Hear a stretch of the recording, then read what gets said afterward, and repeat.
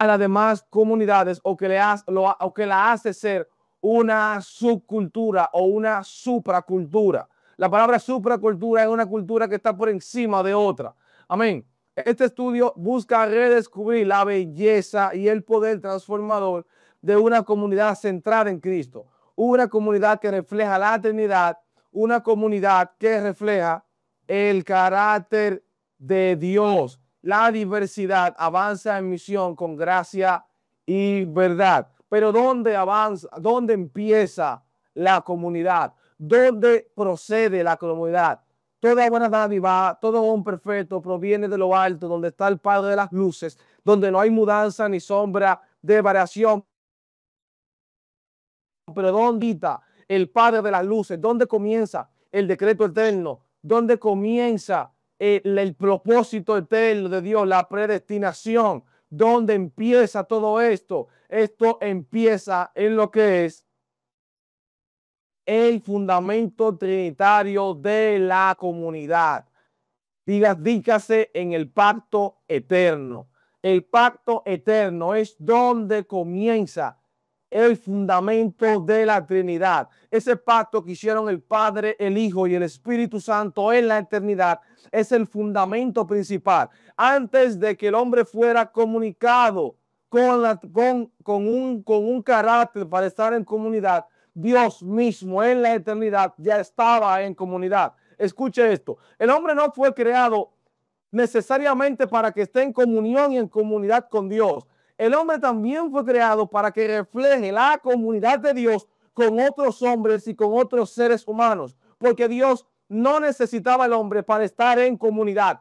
Antes de que el hombre existiese, ya Dios habitaba en comunidad. ¿Y dónde Dios habitaba en comunidad? En la eternidad. ¿Con quién estaba Dios? Dios estaba con el Padre, con el Hijo y el Espíritu Santo en comunidad, haciendo un plan redentor que se llama el pacto eterno. El Padre envía al Hijo como mediador, el Espíritu Santo es el sello, la garantía, la redención, las arras, y el Señor Padre Celestial en primer lugar, el autor. Amén. Dios Padre sentado en su trono, entronizado, hace que el Hijo de Dios se encarne por los redimidos y el Espíritu Santo selle la garantía de esa encarnación y esa redención del Hijo. Esos son los fundamentos del pacto eterno y son los fundamentos ¿de qué? De la vida en comunidad, en la Trinidad. La comunidad del hombre es un reflejo de esa comunidad que había entre el Padre, el Hijo y el Espíritu Santo. Por eso el hombre fue llamado a ponerse de acuerdo. El hombre fue llamado a habitar en acuerdo con otros hombres. ¿Por qué? Porque si Dios mismo, entre él, hay comunión, hay coinonía, hay coherencia, no hay división, entonces el hombre está llamado a vivir de la misma manera con los otros hombres. El llamado de Dios al hombre, el diseño original, no es que el hombre viva en división con nadie.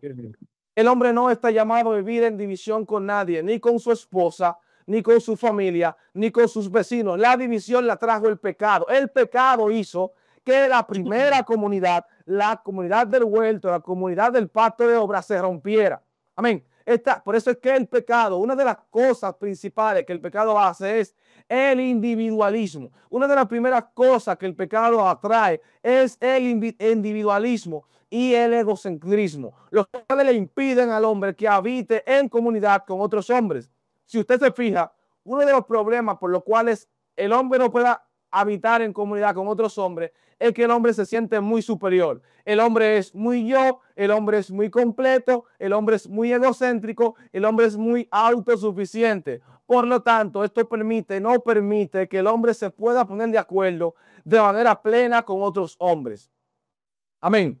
Y es cierto que verdaderamente usted me dirá, bueno, Brian, realmente los inconversos se ponen de acuerdo. Realmente en la Biblia, en la Torre de Babel, los hombres se pusieron de acuerdo, sí, pero se pusieron de acuerdo no para glorificar al Señor, sino para lograr cosas pecaminosas. Amén. Y el llamado original del hombre es que el hombre se ponga de acuerdo con otros hombres para glorificar al Señor. Entonces, por eso al hombre se le hace difícil ponerse de acuerdo para hacer lo bueno. El llamado original del hombre es que el hombre habita en comunión para hacer lo que al Señor le agrada. ¿Por qué? Porque para hacer lo malo cualquiera se pone de acuerdo. Pero para glorificar a Dios, nadie puede ponerse de acuerdo de menos que la vida de Dios no esté en él. Amén. Entonces, partiendo de esto, nosotros hablábamos ahorita que la comunidad, para ser una comunidad, debe de tener un fundamento en común. La comunidad, para ser una comunidad, debe de tener algo que la una. Entonces, ustedes saben que la iglesia es una comunidad. Lo que hace que la iglesia sea una comunidad no es nosotros en qué estamos, sino en quién estamos. Lo que hace que la iglesia sea una comunidad es que el beneficio común de la iglesia es que estamos en Cristo. En Cristo nosotros somos una comunidad. En Cristo nosotros somos una sociedad. En Cristo nosotros somos la familia de la fe para glorificar al Señor. Y esta familia no es una familia que está unida por afinidad, por simpatía o propósito, sino que estamos unidos en Cristo, escuche esto, y por Cristo. La Biblia dice en el libro de Hebreos, su capítulo 2, me encanta, que la iglesia primitiva era una iglesia desprendida, que la iglesia primitiva partía el pan con sencillez y humildad de corazón, y que cada quien vendía sus bienes para repartirlo de manera equitativa.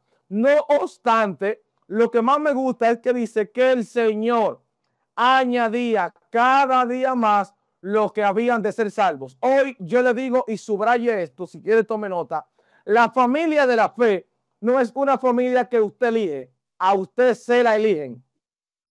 Pausa y punto y seguido. La familia de la fe no es una familia que usted elige, es una familia que a usted se la elige.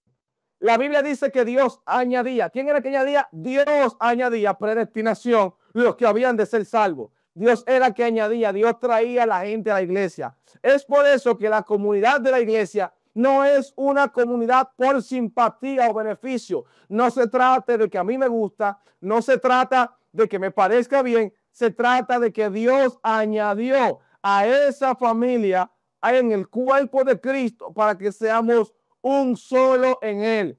Por tanto, la iglesia no es un tema de gusto. La iglesia como cuerpo de Cristo no es un tema de beneficio personal, es un tema de en quién estamos unidos. Porque de modo que si alguno está en Cristo, ¿dónde? En Cristo. La palabra en el griego original tiene que ver con dentro de. El apóstol Pablo decía que todos nosotros fuimos bautizados en el mismo cuerpo. Del mismo modo, familia. Hoy yo le digo a usted que tenemos que mirar la iglesia no como el lugar donde yo voy y vengo, no donde el lugar donde yo voy al culto y salgo, sino el lugar donde Dios predestinó personas para que sean parte de mi familia o de la familia de Él. Por eso Joel hablaba mucho de la palabra, del verso que Pablo dice en el libro de Romanos, capítulo 1, no me avergüenzo del evangelio porque es poder de Dios. Que la palabra poder en este texto original no tiene nada que ver con dinamita, sino era una familia que gobernaba. El evangelio nos hace parte de la familia que gobierna, de la familia real, de la realeza. Y esa realeza viene por parte de Jesucristo. Este mismo apóstol dice que ya no hay judío, ya no hay griego, ya no hay esclavo, ya no hay libre. Todos nosotros somos un solo en Cristo Jesús. Y si somos un solo en Cristo Jesús, esto debe de romper con el individualismo de tal manera que ya yo mañana, cuando llegue al templo, debo de mirar a mi hermano en la fe como alguien que Dios escogió con gracia para que milite en la fe a mi lado. Amén. Alguien que Dios escogió por gracia para que milite en la fe a mi lado. Mi hermano no es cualquier cosa. Mi líder, mis hermanos no son cualquier cosa. Mis hermanos son gente que Dios ha predestinado por gracia para que estén conmigo sirviéndole al Señor. Pero esto tiene su pro y tiene su contra. Yo les decía todas las partes que son buenas. Ahora vamos a ver la parte que es mala. Hello. ¿Me escuchan? ¿Vamos bien? ¿Me escuchan bien? Excelente. Peligro del idealismo comunitario.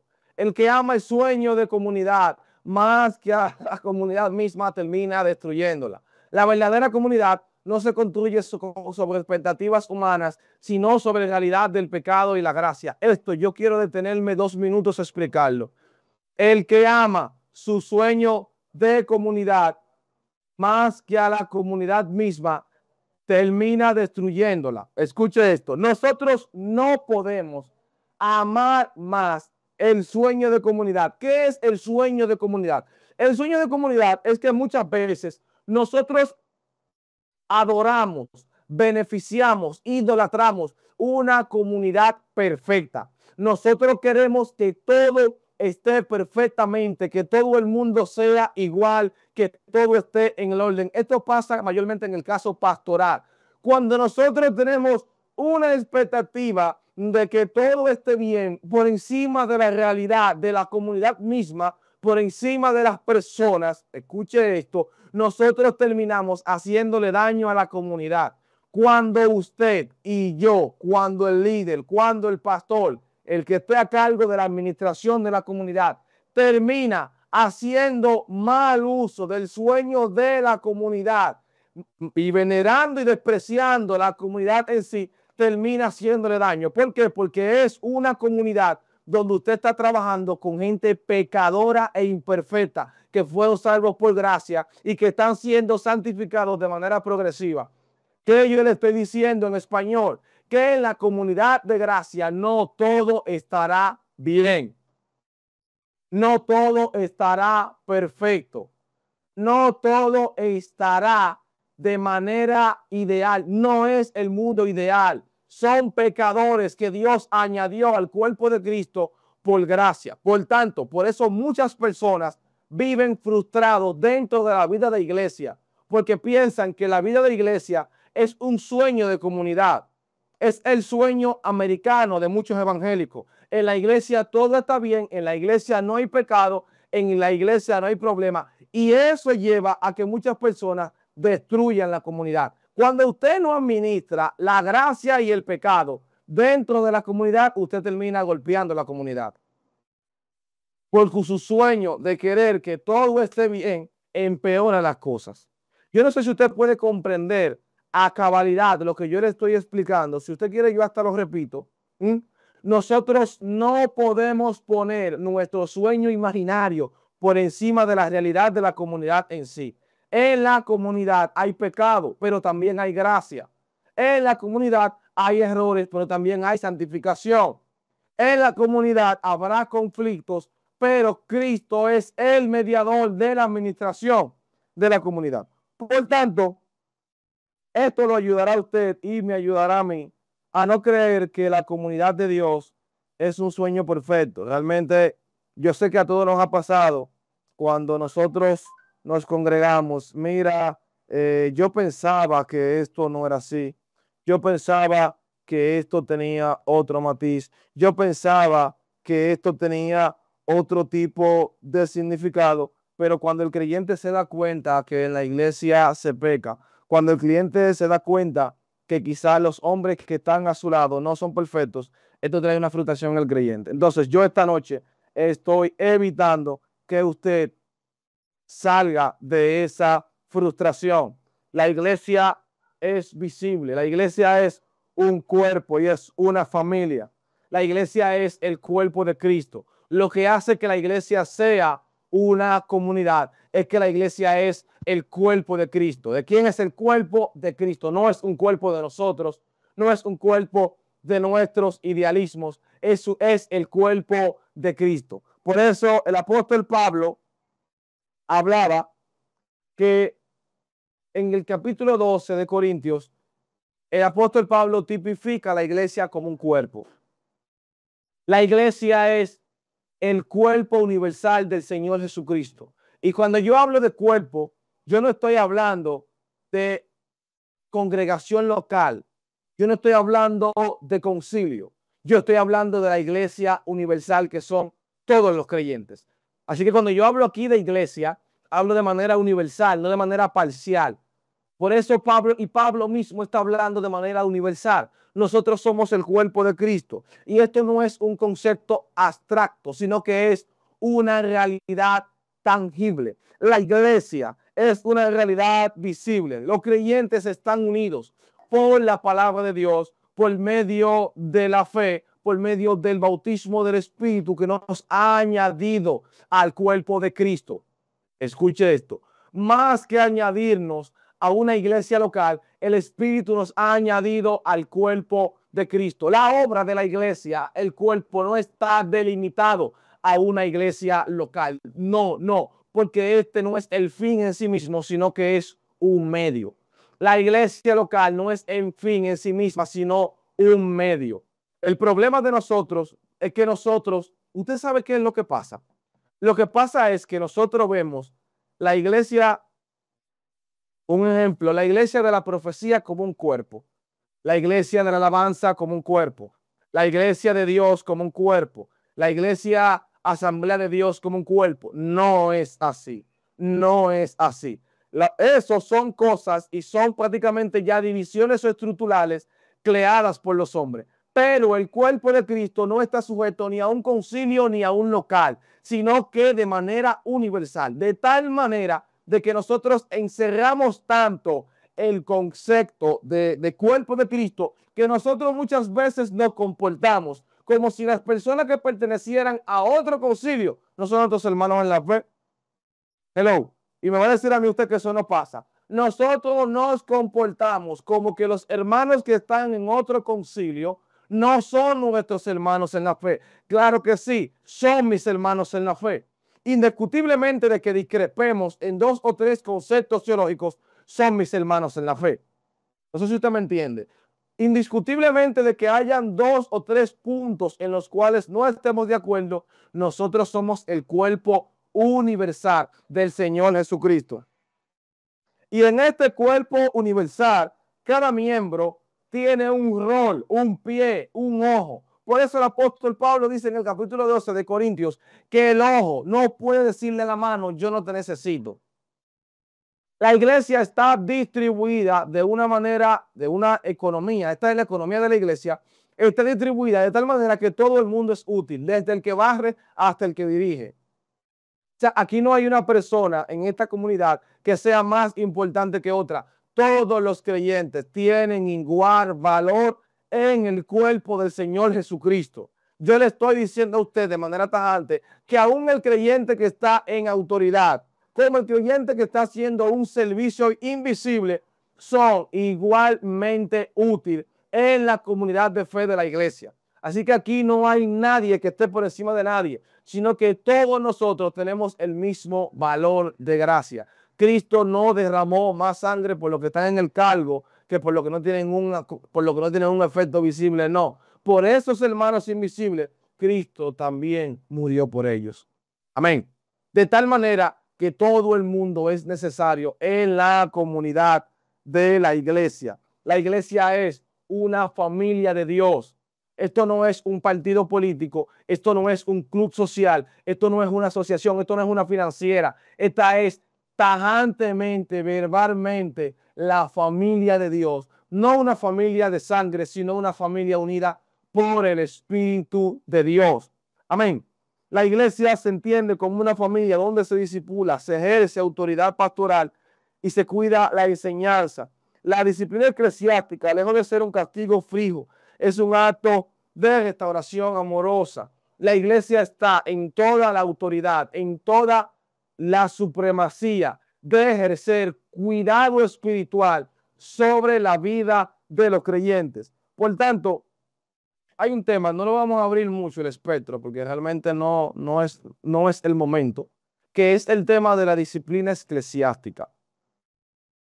La iglesia está en toda la autoridad, escuche bien, de la iglesia a ejercer disciplina eclesiástica.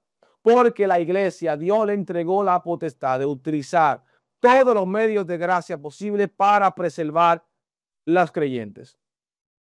De tal manera que si la iglesia ve que un creyente se está perdiendo o va por mal camino, la iglesia tiene la potestad de enderezar a este creyente. El problema es que la iglesia ha hecho un mal uso o una mala administración de la disciplina eclesiástica, pero, eso lo vamos a dejar para otra ocasión. Amén. Este no es el tema central. El culto público. La vida de comunidad se expresa en el culto público. El culto público es uno de los medios, una de las celebraciones, una de las festividades donde la iglesia comparte con los santos la comunión de nuestro Señor Jesucristo. O sea, yo le estoy diciendo a usted de manera verbal clara de que congregarse es importante para que haya una buena comunión en la comunidad. No existe una comunidad donde congregarse sea una opción, es que congregarse es necesario. Ver a los hermanos en el culto es necesario. Comulgar con los hermanos es necesario. Nadie en la comunidad es suficientemente espiritual a tal punto que esté en la condición de decir, no, yo no necesito congregarme porque Dios y yo somos una familia. No, eso es un concepto egoísta y pecaminoso. Si Dios y yo somos una familia, entonces yo y mi hermano también somos una familia. Porque Dios no me llamó a mí solo. Dios me integró a una comunidad. Eso es igual a lo que dicen que la salvación es individual. La salvación es individual, pero eso es una verdad por mitad. Porque la salvación es individual, pero se expresa de manera colectiva. Dios no viene a buscar un solo, Dios viene a buscar a la iglesia. La iglesia yo no soy yo solo. Brian, yo no soy la iglesia. La iglesia soy yo y mis hermanos y Cristo como cabeza. De tal manera que la iglesia no es algo exclusivo, sino inclusivo. Los creyentes están llamados a participar del culto. Y en el culto los creyentes deben expresar medios de gracia que Dios ha decretado y ha permitido para fortalecer la comunión. En el culto debe de haber una devoción colectiva. Se debe de orar. No, sí, yo oro en mi casa, sí, pero también debe de orar con los hermanos. La Biblia dice en el libro de los Hechos que los apóstoles se reunían con los demás creyentes en oración. Y los primeros cultos de la iglesia primitiva, cuando no existía el término congregacional, era en una casa.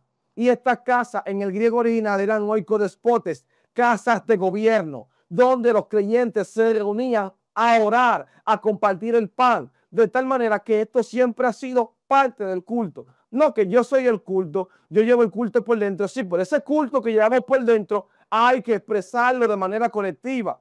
Porque ningún culto, ninguna devoción a Dios nos va a llevar a la división. No, porque yo soy suficientemente espiritual para yo congregarme en mi casa. Yo no necesito que nadie me enseñe. Yo no necesito compartir la palabra de Dios. Eso es un error dogmático y pecaminoso. ¿Por qué? Porque esto está golpeando lo que es la vida de iglesia. La iglesia debe de hacer vida en común. Debe de haber también una vida individual, pero la iglesia también debe de practicar una vida en común. Devoción colectiva, cantos comunitarios, los salmos. La Biblia, la Biblia expresa que en un momento determinado el salmista David decía que él se alegró con lo que le decían: a la casa del Señor iremos. Debemos de adorar a Dios con himnos, cánticos espirituales de manera colectiva. En el cuerpo de Cristo, en la iglesia, la liturgia de la iglesia está diseñada para que los creyentes sean fortalecidos en la unidad, la oración y meditación, trabajo y comida compartida. La comunidad también se fortalece al compartir tareas, reconociendo que incluso lo secular puede ser espiritual si se hace con fe. Los creyentes están llamados a estar unidos. Miren, lo más lindo que puede tener un creyente es tener comunidad con otros creyentes. Lo más lindo que puede tener un creyente es que él pueda habitar en comunidad. Qué bueno cuando tú puedes llamar a un hermano en la fe, saludarlo, externarle un abrazo, preguntarle cómo él está. No tan solo en el culto, sino en la vida diaria. Eso fortalece la fe. Cuando un hermano te manda un mensaje: bendiciones, ¿cómo estás? ¿Cómo te sientes? Dime qué tal el día. Yo no sé a usted, pero eso a mí me fortalece la fe. Y si quizás estoy haciendo algo, si quizás estoy en algo, estoy irritado, estoy incómodo, hablar con ese hermano es un medio que Dios utiliza para bendecirme. Amén. Responsabilidad en el servicio fraternal, la mayordomía cristiana. Miren esto. La mayordomía cristiana tiene que ver con la administración de la iglesia en cuanto a las cosas que tienen que ver con la vida de fe. No necesariamente finanzas. Las finanzas es una parte, pero hay otras cosas. Tiempo, talento, recursos, todo para la gloria de Dios en comunidad. Gráfica práctica, crear equipos de servicio, acogida, música, cuidado. Mire, todo lo que la iglesia tiene es para que se practique en comunidad. De hecho, hasta nuestro ministerio que Dios nos ha entregado, Dios no nos los entregó para nosotros mismos. El ministerio que Dios me entregó a mí, Dios me lo entregó para servicio de la iglesia. El ministerio no es para mi beneficio personal. El ministerio que usted tiene no es para su beneficio individual. Nuestros ministerios son para bendecir la iglesia. Los ministerios fueron dados por Dios a la iglesia para ministrar el poder del evangelio a los que no son salvos. De tal manera que la iglesia debe de hacer también una buena administración de los ministerios. No todos son ojos, no todos son manos, no todos somos cabeza, no todos somos pies. Debe de haber una buena mayordomía cristiana. El problema de hoy en día es que hoy en día hay una mala administración en la vida práctica de la iglesia, en la eclesiología, en la praxis de la iglesia. Hay una mala administración de lo que son los recursos, el tiempo y los talentos. ¿Por qué digo esto? Porque la iglesia ha dejado de poner los talentos donde van. Vamos a hacer una clase que estuvimos dando la semana pasada, donde nosotros decíamos que una de las cosas que la iglesia está haciendo mal es que todo el mundo está haciendo lo mismo. Es como si fuera una moda. Se pegó la predicación, todo el mundo son predicadores. Se pegó la adoración, ahora todos son worship. Y mañana se pega que son maestros, constructores. Todo el mundo coge un pico y una pala y comienza a hacer una obra. Porque se ha vuelto algo monótono. No hay una mayordomía, no hay una economía, no hay una economía cristiana en cuanto al tiempo, los talentos y los recursos. Yo no quiero entrar en detalle más en ese tema, pero la iglesia no está administrando ni siquiera el activismo, ni siquiera el pragmatismo. La iglesia está haciendo una mala administración de lo que son los recursos. Lo vamos a ver un poquito más adelante. ¿Por qué digo esto? Usted verá, guárdeme eso ahí. Mala administración de la mayordomía cristiana. Guarde eso. Disciplina mutua. La corrección cariñosa busca restaurar al hermano caído, perseverando en la pureza y el testimonio de la iglesia. En el libro de Mateo, cuando Cristo hablaba de la naturaleza de la iglesia, una de las cosas que Cristo decía es que si nosotros vemos a un hermano que esté en falta, lo llamemos a sola. Si ya este hermano no obedece, no nos hace caso, busquemos dos hermanos como testigos para llamarle la atención. Si ya él no obedece, entonces la iglesia procede de otro procedimiento. Mi hermano está en toda la facultad moral de decirme a mí cuando yo estoy mal y cuando yo estoy bien. No, mi hermano no tiene que ser líder ni ocupar un cargo de superioridad en la iglesia para hacerme saber que yo estoy mal. El problema de nosotros es que somos muy orgullosos y nosotros tomamos la palabra, depende el grado de autoridad que esa persona ejerce en la iglesia. Y esto es un error porque el hermano que pertenece, que comulga conmigo, tiene una autoridad suprema que son las escrituras. La autoridad que las escrituras le dan a mi hermano para amonestarme con amor y gracia está por encima que cualquier cargo que la iglesia pueda darle. Y la misma escritura, que es la autoridad principal de un creyente, muy bien claro, autoriza, le da toda la potestad a mi hermano para ver que si yo estoy en falta pueda reprenderme. El libro de Gálatas dice en el capítulo 6 que si alguno de nosotros es ofendido en falta, nosotros los que somos espirituales, que lo restauremos con el espíritu de mansedumbre. O sea que para un hermano llamar la atención a otro hermano no tiene que ser pastor, no tiene que ser líder. Realmente el líder tiene autoridad dada por Dios, pero no tiene autoridad por encima de las escrituras. Cualquier hermano, el que se convirtió ayer, si me ve actuando de manera pecaminosa, la Biblia le da toda potestad para darme cuenta. El problema es que nosotros pensamos que solamente los hermanos que están de manera eclesiológica en posiciones de gracia que Dios le ha dado de servicio, hablo de liderazgo en buen español, están en la facultad. Y eso es un acto de orgullo y es un acto de egoísmo y eso maltrata a la comunidad. Cuando tomamos una actitud prepotente en cuanto al hermano humilde que nos está corrigiendo, estamos pecando contra Dios y contra la comunidad.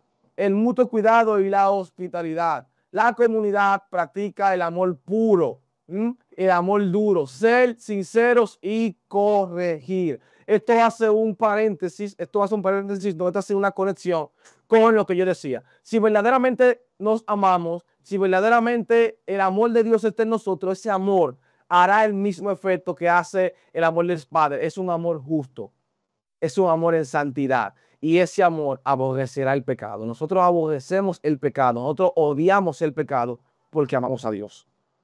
Y si nosotros amamos a Dios, vamos a corregir a nuestros hermanos con ese mismo amor. No un amor incoherente, no un amor apoyador, no un amor superficial, sino un amor justo y sincero, como lo es la naturaleza de Dios. La hospitalidad y la compasión. Amén. Hay un amor blando que es ser sincero sin corregir, pero hay un amor que es, hay un amor recto, perdón, hay un amor que es blando, que es la hospitalidad y la compasión. Santiago decía que si alguno de ustedes se quiere religioso, haga esto, visite las viudas y visite también los enfermos. ¿Por qué? Porque el verdadero amor va a expresar la hospitalidad. No es que nada más nos congregamos los domingos y ya cuando veo al hermano en apuros en la calle, el hermano yo no lo conozco. No, mi hermano, si está en necesidad y yo tengo la disposición y los recursos para ayudarlo, debo de practicar la hospitalidad, porque la hospitalidad es un llamado, es la naturaleza de la iglesia, es una de las expresiones que la iglesia hace a un mundo caído. Amén. La contribución de los dones. Identificar y usar los dones para edificar a otros, enseñanza, servicio, exhortación, administración y misericordia. Cada regalo es un depósito dado por Dios para beneficio común. Es que los dones que Dios me entregó a mí no son para beneficio mío. El ministerio no es para beneficio mío. Usted se fija algo de manera humilde y no nos gloriamos. Como yo hablaba con Joel la semana pasada, le decía a Joel, wow, nosotros estamos haciendo esto, el Ministerio Gracia y Verdad, nos sacrificamos los viernes, nos sacrificamos los días de semana, pero nosotros no estamos haciendo esto por un bien individual. Es que la iglesia no se trata por un bien individual. El problema es que la ortopraxis que estamos viviendo hoy en día, la práctica de evangelio, ha llamado, ha hecho que la iglesia vea el ministerio como un bien común. Es más, la iglesia no ve el ministerio como un medio de gracia para edificar los santos, sino como un beneficio personal para lucrar los santos. No es lo mismo. Una cosa es ver el ministerio o el don de Dios como un beneficio para el cuerpo en común, pero otra cosa es ver el don de Dios como un beneficio para que el santo sea lucrado. Y eso ni siquiera es una actitud digna de alabar. Ahí no hay santidad por ningún lado. ¿Por qué? Porque uno de los problemas principales que enfrenta la iglesia es que cuando un miembro del cuerpo de la comunidad utiliza un don y un ministerio, lo primero que hace es que lo individualiza de la iglesia. Y esto pasa más en el ambiente pentecostal. No, este ministerio es mío. Dios me llamó a mí. Yo soy el predicador. Es por eso que, al paso, para que me entiendan, es por eso que hoy en día, cuando una persona está llamado al ministerio, lo primero que hace es hacer un canal de YouTube de manera individual. Lo primero que la persona hace es hacer algo para él de manera individual. Ya nadie quiere poner su ministerio para disposición de la iglesia. Ya nadie quiere poner los recursos espirituales para la disposición de la iglesia, sino que ahora, en algunos casos extremistas, algunos están montando su propia iglesia. ¿Por qué? Porque es que nadie quiere trabajar para el bien común. Nadie quiere utilizar el ministerio para el bien común, sin saber que el ministerio que Dios le ha dado a cada creyente le pertenece a la iglesia. Ese ministerio no es de nosotros. Ese talento, ese don no es de nosotros, eso le pertenece a la iglesia. Eso es para beneficio de la iglesia. Si Dios me dio la capacidad de predicar, es para que mi iglesia se beneficie, es para que el cuerpo de Cristo, de manera universal, pero también local, se beneficie. No es que tan solo se beneficie el cuerpo de manera universal, sino para que también haya un beneficio en el cuerpo de manera congregacional. Y aquí es donde están y comienzan los problemas. Que nosotros de manera práctica estamos utilizando nuestro ministerio para beneficio personal. Y que no es así. Es que el ministerio no es de nosotros, el ministerio es de Dios. Y Dios entregó ese ministerio a la iglesia. Y él mismo constituyó a unos apóstoles, a otros pastores, evangelistas. ¿Para qué? Para que los santos sean edificados. ¿A fin de qué? De edificar los santos. El fin de los ministerios es que los santos sean edificados. El propósito de los ministerios es que los santos sean edificados y que los perdidos sean salvados. El ministerio no es algo individualista, sino algo que se practica de manera colectiva. Amén. Pasamos a la próxima diapositiva. Me quedan 5 minutos. 5 minutos y terminamos. Amén. Responsabilidad, amor fraternal en el servicio. La comunidad se edifica sobre el servicio mutuo, humilde, silencioso, como expresión del amor cristiano. El primer servicio, escucharse mutuamente, aprender a callar, prestar atención al otro, es una forma de gracia. Cada vez que nosotros miramos al hermano, cada vez que nosotros lo escuchamos, cuando un hermano tiene la humildad de ir ante nosotros, confesar su pecado, ese hermano descansa de manera espiritual, porque ese hermano está teniendo un desahogo y es un medio de gracia para nosotros fortalecer la fe de nuestros compañeros de milicia. Cargar con el otro implica paciencia ante las debilidades sin juzgar ni exigir. Es amar al otro en su fragilidad, como Cristo nos amó. Entonces, cuando cada uno de nosotros cargamos con el pecado de nuestros hermanos, estamos haciendo una obra de gracia que Cristo hizo con nosotros. Cristo cargó nuestros pecados, nuestras rebeliones, nuestras dolencias. Nosotros de la misma manera no lo podemos hacer en la medida que Cristo lo hizo, pero sí debemos de fortalecer al que está caído como si mañana fuéramos a caer nosotros. Evitar la ambición espiritual. Boetford advierte contra la búsqueda de posiciones visibles o espiritualmente superiores. El verdadero liderazgo es el vicio oculto. Una de las cosas que se está comiendo la iglesia es este tema, la ambición espiritual. No tengo el tiempo de desarrollarlo, pero realmente este tema lo que quiere decir es lo siguiente, es que la búsqueda de un nivel espiritual elevado, angelical, supremo, eterno, infinito, usted sabe, ¿verdad? Eso hace que el creyente lleve una vida espiritual ambiciosa. Hace que el creyente viva para una vida pública sin saber que el servicio al creyente es lo que lo lleva a glorificar a Dios de manera oculta. El verdadero liderazgo se practica donde nadie lo está viendo. La autoridad en la comunidad. Solo puede ejercer autoridad espiritual aquel que se somete plenamente a la palabra y al servicio humilde, nunca por la fuerza o carisma. La autoridad en la comunidad. Nosotros nos sometemos por gracia. La comunidad debe de ser sometida por gracia. No por superioridad espiritual, sino porque todos los creyentes han nacido de nuevo y se someten a los hermanos por gracia. O sea, nosotros no nos sometemos a los hermanos porque están en un cargo que la iglesia le entregó. Nosotros no nos sometemos a los hermanos porque están en una posición de liderazgo que la iglesia le entregó. Yo me someto o estoy llamado a someterme tanto al que es nuevo creyente como al que tiene 20 años en la iglesia. Porque la autoridad en la comunidad no es un tema de experiencia religiosa, sino es un tema de santificación en una nueva creación.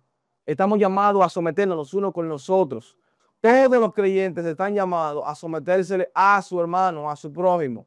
Amén. Y eso también es uno de los factores principales que la iglesia está pasando, que los creyentes, por una mala administración, una mala economía, los creyentes entienden que solamente deben de someterse a los hermanos que tienen una posición preponderante en la iglesia, y no es así.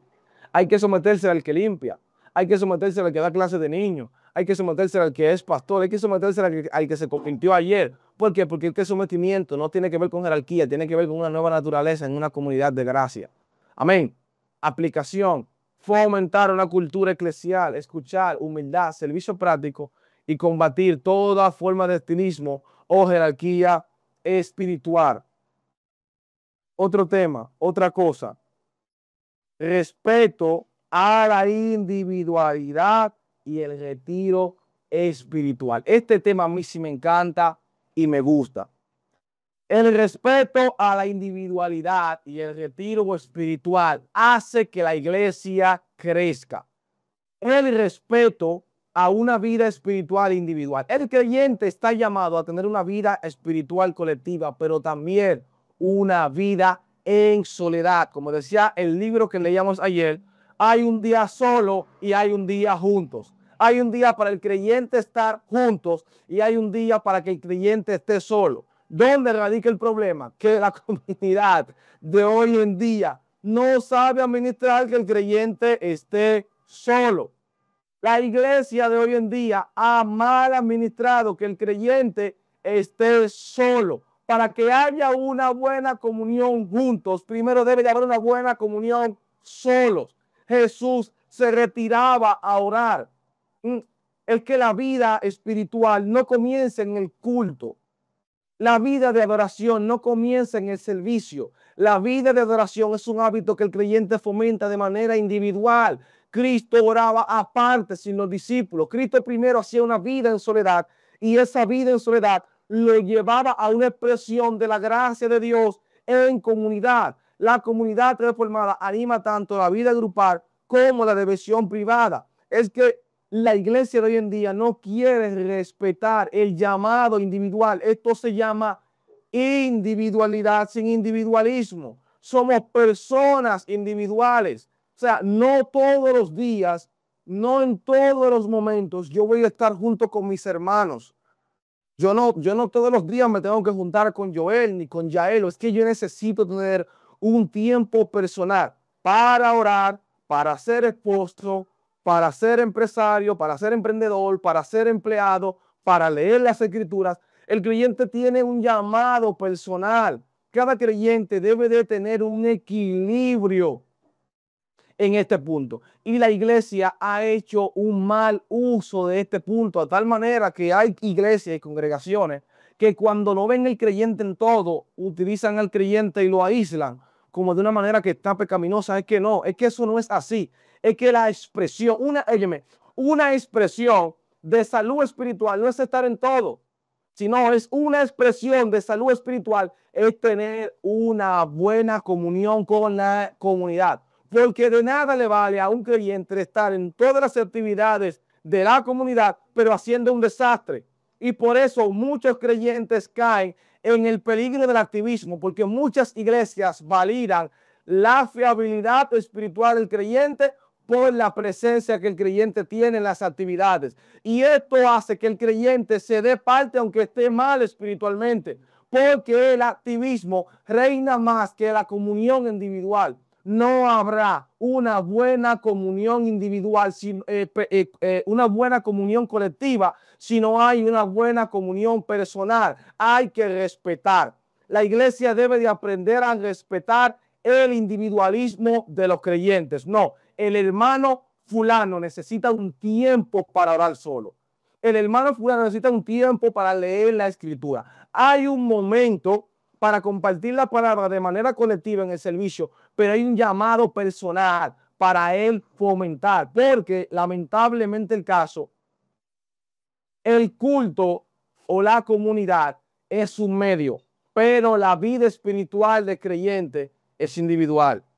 La comunión espiritual del creyente con el Señor es individual. Este es un llamado a la soledad. A esto que se le llama el día solo. El creyente necesita un espacio para reforzar su vida espiritual y ponerse en comunión con Dios. Esto pasa tanto en la iglesia como en el matrimonio. En un momento determinado, el esposo dejará a su esposa para orar. En un momento determinado, la esposa dejará a su esposo para tener un devocional a solas con el Señor. Habrán cultos juntos, habrán cosas juntos, pero también hay un llamado a la vida individual. ¿Cuál es el problema? Como yo decía al principio y lo vuelvo y lo reitero, que la iglesia no está haciendo un buen uso del respeto hacia la individualidad del creyente. El creyente tiene una vida individual fuera del servicio. El creyente tiene una vida individual fuera de la comunidad de gracia. El creyente se debe a una comunidad, pero que tiene una vida individualidad. Y no respetar esos límites en el creyente hace que haya roces, hace que haya frisiones en la administración del individualismo de los creyentes. Responsabilidad de amor fraternal y servicio. La predicación fiel de la Escritura. El púlpito es el corazón de la comunidad. La exposición exegética produce fe y normativa.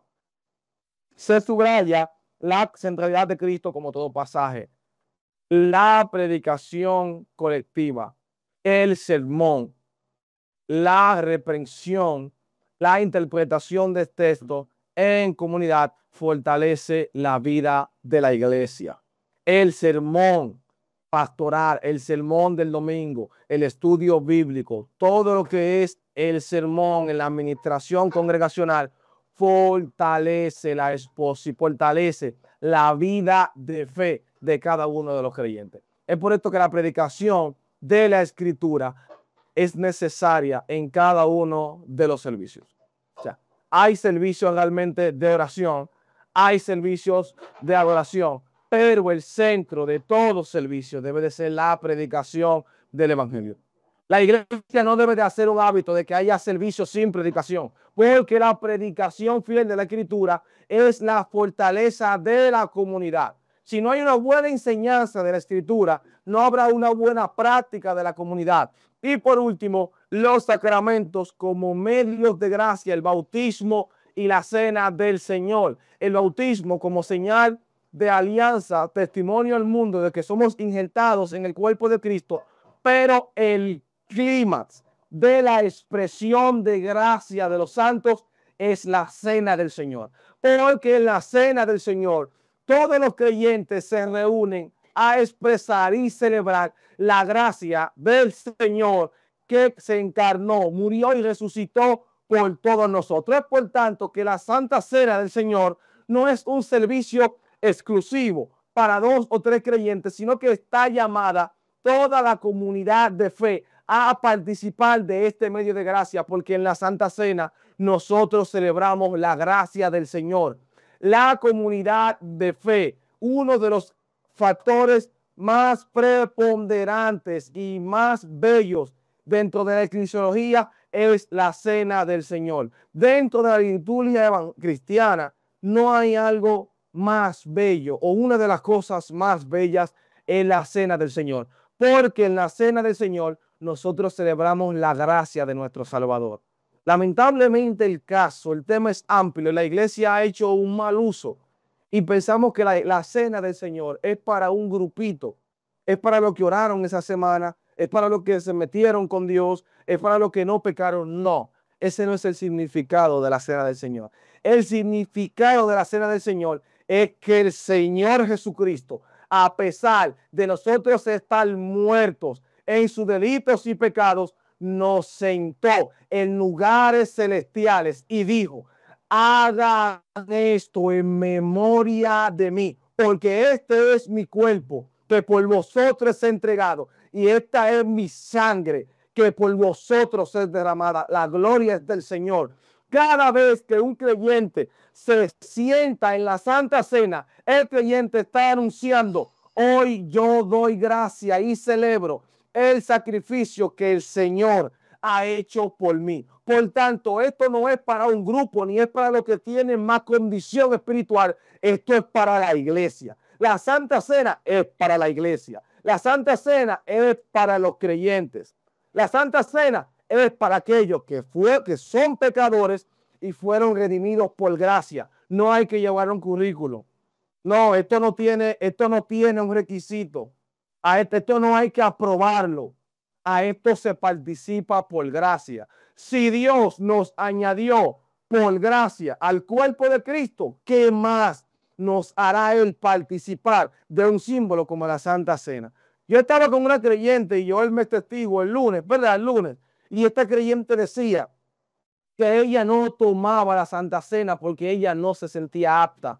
Y yo le decíamos, es que el problema de la iglesia es ese. La Santa Cena no es para la gente perfecta, porque si fuera para la gente perfecta, nada más se sentaran el Padre, el Hijo y el Espíritu Santo a compartir el pan y el vino. La Santa Cena es para redimidos que son salvos por gracia. Y los redimidos no son perfectos, son personas que están siendo santificadas. Así que hoy, no quería abrir ese espectro, pero hoy yo le insto a que usted participe de la cena del Señor y que usted suelte ese tabú de que para participar en la cena del Señor hay que llevar una semana rigurosa. Suelte eso, que esto es por gracia. Ahora bien, los que son salvos por gracia van a vivir una vida decorosa también por gracia. ¿Y qué concluimos con todo esto? ¿A dónde nos lleva esta enseñanza? Que la vida en comunidad es esencial en la visión cristiana, pues el ser humano fue creado para estar en comunidad. La iglesia necesita comunidad. La iglesia, la iglesia necesita aprender a estar en comunión. La iglesia necesita dejar el individualismo y comenzar a vivir en comunidad. La comunidad no va a ser perfecta. En la comunidad habrá diferencias. En la comunidad habrá disensiones. Lo bueno es que Cristo es el centro de la comunidad. No se trata de lo que yo quiera, de buscar mi bien común. Se trata de Cristo, para su gloria y para su honra. En el nombre de Jesús, amén y amén. Muchas gracias.